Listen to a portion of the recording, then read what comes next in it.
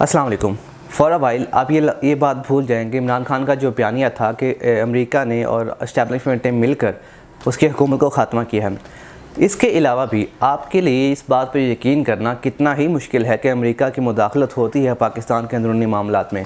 1947 से लेकर अब तक अमेरिका की पॉलिसी पर ही हम चलते आ रहे हैं, लेकिन इसके बावजूद मुझे ये समझ नहीं आ रही कि लोगों को इतने परेशान क्यों हैं, इतना अचंभे में क्यों हैं कि अमेरिका की इन्वॉल्वमेंट के बाद पाकिस्तान की हुकूमत ख़त्म की गई है। सीटो और सेंटोस से लेकर जुल्फ़िकार भुट्टो की फांसी से लेकर और उसके बाद अगर आप अभी करंट देखें तो जो ईरान और पाकिस्तान की गैस पाइपलाइन है वो अभी तक शेल्फ की गई है सिर्फ इस वजह से कि पाकिस्तान को अमेरिका की अप्रूवल चाहिए। इन सब बातों के बावजूद और हमारे यहाँ एक हिस्ट्री है, जब आप अफ़गान जिहाद की बात करें जो कि अमेरिका के कहने पर आप किया, आपने सीटो सेंटो में अमेरिका के कहने पर उस पर आपने पार्टिसिपेट किया और उसके बदले में आपको डॉलर्स मिले और आपको 2008 तक 2013 तक डॉलर्स मिलते रहे, लेकिन इसके बावजूद आप इस बात पर यकीन क्यों नहीं कर पा रहे कि अमेरिका की मुदाखलत हो सकती है पाकिस्तान के अंदरूनी मामलात में और पाकिस्तान की हुकूमतें वहाँ से ही इस्टेब्लिश होकर आती है, वहाँ से अप्रूवल मिलती है तो यहाँ पर हुकूमत बनती है। लेकिन सब के बावजूद हमारे सहाफ़ी हज़रात आपको ये बताने की कोशिश कर रहे हैं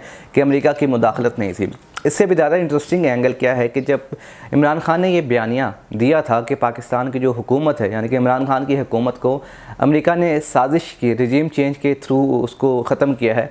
तब ये वावेला मचाया जा रहा था कि जो इमरान खान का ये वाला बयानिया है ये बिल्कुल गलत है। अब जब से ये इंटरसेप्ट की रिपोर्ट आई है तो उसके बाद बजाय इसके कि अपने उस रवैये पर माफ़ी मांगने के, अब उसको एक नया एंगल दे दिया, उसको जो फ्रेमिंग है वो एक नई तरीके से की जा रही है, बजाय इसके कि लोगों को बताया जाए कि हमने पहले जो कहा था वो गलत था। हालांकि इमरान खान ने जो बात की थी वो ठीक है। अभी इसको नया एंगल क्या दिया जा रहा है कि जो इंटरसेप्ट की रिपोर्ट है ये पब्लिश हुई है तो क्या ये इमरान खान के लिए फ़ायदेमंद है या नुकसानदेह है? भाईजान, इमरान खान के लिए फ़ायदेमंद है या नुकसानदेह है ये आपका मसला नहीं है। आपका मसला ये होना चाहिए कि आपने पहले जो एक स्टांस अपना बिल्ड किया था आप उस स्टांस पे माफ़ी मांगे और लोगों को बताएं कि इमरान खान का जो बयानिया था वो ठीक था।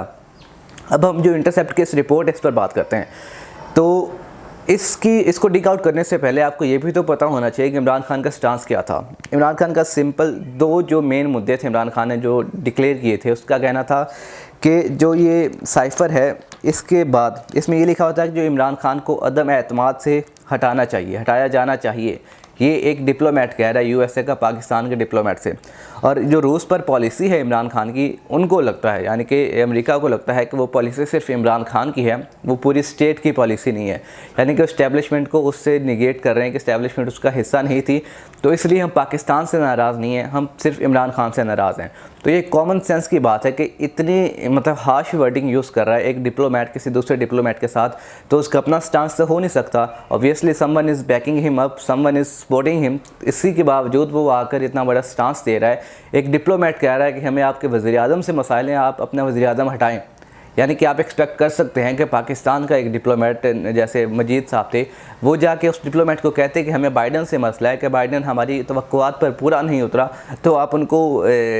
अपने जो ओहदा उसे हटा दिया जाए। तो मतलब ये बात समझ से बिल्कुल बालातर है, लेकिन इस पॉइंट पे कोई फोकस नहीं कर रहा। सब अपने अपने मैनिपुलेट करने में लगे हुए हैं कि किस तरह से इमरान खान ने अपना जो साजिशी बयानिया है वो बिल्ड किया है। अब ये दो मुद्दे आपने इसमें देखे हैं। उसके बाद जो इंटरसेप्ट की रिपोर्ट है उसकी आप हेडलाइन अगर देखेंगे तो हेडलाइन ही इतनी क्लियर है और इतनी वो एविडेंट है कि आपको पता चल जाएगा कि अमेरिका का रोल था या नहीं था। हम ये नहीं कह रहे कि कम्प्लीटली अमेरिका नहीं किया, लेकिन अमेरिका का रोल तो था ऑब्वियसली, और उन्होंने जिनको गाइडलाइंस दी थी उन गाइडलाइंस के मुताबिक इमरान खान की हुकूमत को हटाया गया। क्योंकि ये कोई अचंभे की बात नहीं, कोई परेशानी की बात तो है ना कि पौने 4 साल आपके साथ इत्तेहादी चलते आ रहे हैं, गिवन दैट कि आपकी जो इकनॉमिक परफॉर्मेंस है वो कदरे बेहतर थी और इंटरनेशनल लेवल पे इस बात को एक्नॉलेज किया गया था कि दो मुल्कों के अलावा जो तीसरे नंबर पे है वो कोविड को पाकिस्तान ने अच्छे तरीके से टैकल किया है। पाकिस्तान की जो इकनॉमिक ग्रोथ थी वो 6.2 या इससे भी कुछ ऊपर थी, लेकिन इसके बावजूद ये क्लेम किया जाता है कि जो पाकिस्तान की इकनॉमिक परफॉर्मेंस थी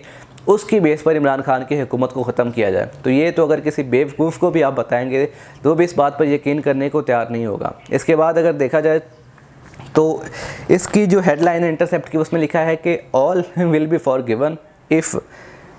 the no confidence vote against Imran Khan succeeds. मतलब एक डिप्लोमेट आपसे ये कह रहा है कि अगर आपके मुल्क का वज़ीर-ए-आज़म हटा दिया जाए तो सबको माफ़ कर दिया जाएगा। इस लाइन में ही आपकी ग़ुलामी आपको नज़र आ रही है। आपको पता चल रहा है कि जिस तरह से आप ग़ुलाम हैं, आपको एक डिप्लोमेट भी कह सकता है कि आपकी हुकूमत ख़त्म की जाएगी तो आपको माफ़ किया जाएगा, और ग़ुलामी का क्या सबूत चाहिए आपको, और इस इंटरवेंशन का क्या सबूत चाहिए कि आपको वो कह रहा है कि हम आपको माफ़ करेंगे। वो होते कौन है आपको माफ़ करने वाले? यही तो बयानिया था इमरान खान का कि जो तुम कहोगे हम वो करेंगे। इसी बयानी की वजह से उनको आग लगी, और इसी बयानी की जो एंटी यूएस से जब स्टांस लिया, जब वो रशियन वार में उसने अपने आप को न्यूट्रल डिक्लेयर किया कि हम किसी को कंडेम नहीं करेंगे, इसी वजह से आपकी जो पॉलिसी है, आपकी जो इस्टेब्लिशमेंट है, वो भी इमरान खान के इस्टेब्लिशमेंट के मसले तो इमरान खान से पहले से चल रहे थे, लेकिन ये this one added fuel to the fire, बस इसमें ये इजाफा हुआ है। इस हेडलाइन के बाद ये होता है कि जब इसकी टाइमलाइन है ना, सारे सिनेरियो को भी देखने के काबिल है, क्योंकि जब इमरान खान ने दौरा किया था मॉस्को का, उसके तकरीबन 2 हफ्ते के बाद ये जो लू है इसकी मीटिंग हुई थी पाकिस्तान के स्टेट डिपार्टमेंट जो एम्बेसडर है उसके साथ। 2 हफ्ते बाद की मीटिंग होती है, और उस मीटिंग के 1 महीने के बाद जो नो कॉन्फिडेंस वोट है वो टेबल कर दिया जाता है। तो आप इस टाइमलाइन को, फ्रेम को देखेंगे तो आपको अंदाज़ा हो जाएगा कि किस हद तक उनका इम्पैक्ट था पाकिस्तान की उस रेजिम चेंज ऑपरेशन में। और उस जो मॉस्को में जब दौरा किया था, उसके बाद जो बाइडन है या जो यूएस गवर्नमेंट है, उसको पाकिस्तान इमरान खान पर मतलब रिजर्वेशंस थे कि इसने पॉलिसी अपनी चेंज की है तो क्यों की है, और ये वो जानना भी चाहते थे कि इसके पीछे क्या वजह है, और इसीलिए उन्होंने कहा था कि आपको कंडेम करना चाहिए। लेकिन इमरान खान डिडंट एग्री, और उसने कहा था जनाब हम इस पे न्यूट्रल रहेंगे, और इस स्टांस की वजह से हालात मज़ीद ख़राब होते जा गए, और जिसकी वजह से आज इमरान खान जेल में बैठा हुआ है। उसमें लिखा था कि जब एनोनिमस हाँ, और एक और बात बड़ी मज़े की है कि हमारे जो सहाफ़ी हज़रात हैं वो कह रहे हैं कि ये जो पूरी एक इंटरसेप्ट की रिपोर्ट है, ये मतन तो इसका ठीक हो सकता है, लेकिन ये अगर इमरान खान के लिए इसलिए नुकसानदेह साबित हो सकती है क्योंकि इमरान खान की जो रिपोर्ट थी वो साइफ़र था, वो गुम हो गया था, और ये वही साइफ़र की कॉपी वहाँ तक पहुँची है, तो सीक्रेट एक्ट के तहत उस पर कार्रवाई होनी चाहिए।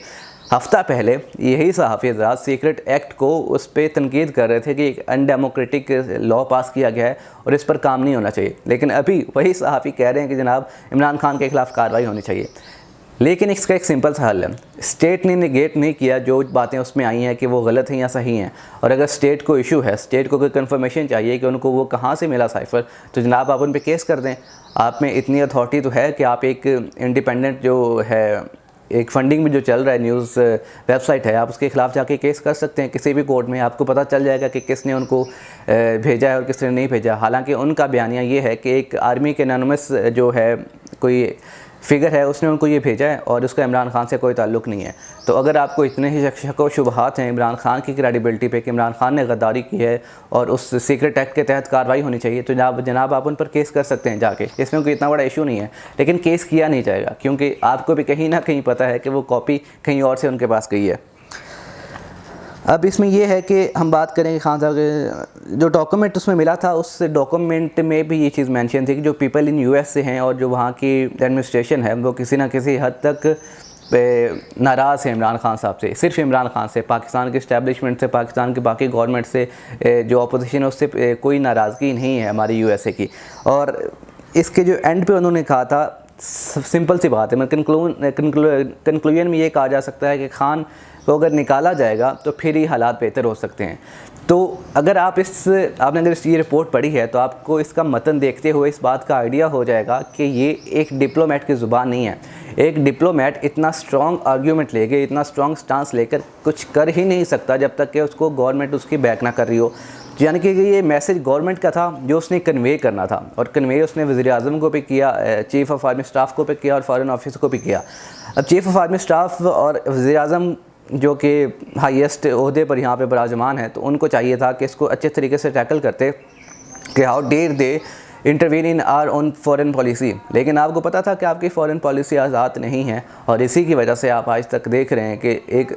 ग़ुलाम मुल्क होने की वजह से आपने एक अपने प्राइम मिनिस्टर को एक मतलब कि प्री प्लान तरीके से रैगिंग करके उसको असम्बली से निकाला है, और आज हालात आपके सामने है कि आपकी इकॉनमी कहाँ पर खड़ी थी। आप इकनॉमिक फिगर्स अभी अगर कंट्रास्ट करते हैं तो आपको आइडिया हो जाएगा कि इमरान खान कितना बुरा था, और जो पीडीएम का 1.5 साल गुजरा ये कितना बुरा था। और अभी जो आगे अनडेमोक्रेटिक एक लाइन फ्रेमवर्क हमें नज़र आ रहा है, आगे लाइन एक मतलब पूरी आपको चीज़ें नज़र आएंगी कि कैसे कैसे अनडेमोक्रेटिक तरीके से चीज़ें यहाँ पर ख़राब होने जाएंगी। लेकिन ये मामला कि साइफ़र ठीक था या गलत था, ये अभी प्रूव हो चुका है कि साइफ़र बिल्कुल ठीक था और इमरान खान का जो बयानिया था कि साजिश के तहत हटाया गया था, उसमें कोई दो राय नहीं है। अगर US गवर्नमेंट का रोल किसी हद तक था तो पाकिस्तान के इस्टेब्लिशमेंट का भी रोल था, फिर अपोजिशन का भी रोल था कि अचानक से उन्होंने पैसे खिलाकर और जो इत्तेहादी थे इमरान खान के साथ जो खुश थे उनको अचानक आपने अपनी साइड पर कर लिया। और आपका ये मानना है कि वो इसलिए आपकी साइड पर आया कि पाकिस्तान के इकनॉमिक कंडीशन ख़राब थे, तो ये लॉजिक ही बेसलेस है। तो आप अपने लॉजिक्स थोड़ा मेरे ख्याल से दोबारा से उनको डिज़ाइन करें ताकि लोगों को थोड़ा यकीन आ जाए कि वाकई पाकिस्तान के इकनॉमिक हालात इतने ख़राब थे जो कि आज से बेहतर हैं। आज अपने हालात देख लें और तब के हालात देख लें तो आपको कदरे बेहतर तरीके से आइडिया हो जाएगा। Thank you. अल्लाह हाफ़िज़।